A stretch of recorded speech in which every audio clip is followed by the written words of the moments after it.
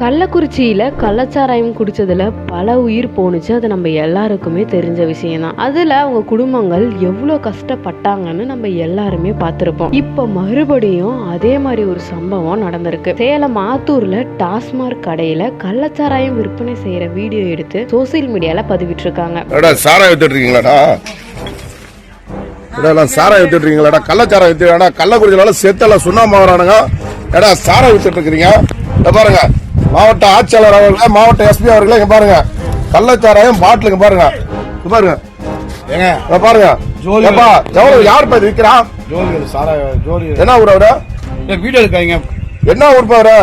யார் போவாங்க? இந்த கள்ளச்சாரம் ஏற்கனவே அங்க வந்து கள்ளக்குறிச்சியில செத்து சுண்ணாம்பு வராங்க. என்ன யார் கட்டி விற்கிறீங்க?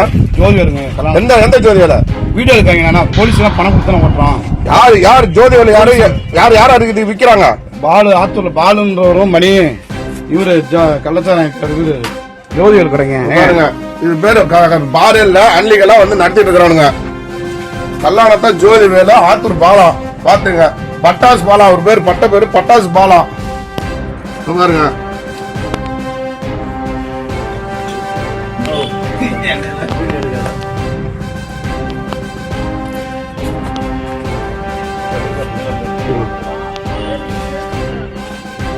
பாருங்க இங்க பாருங்க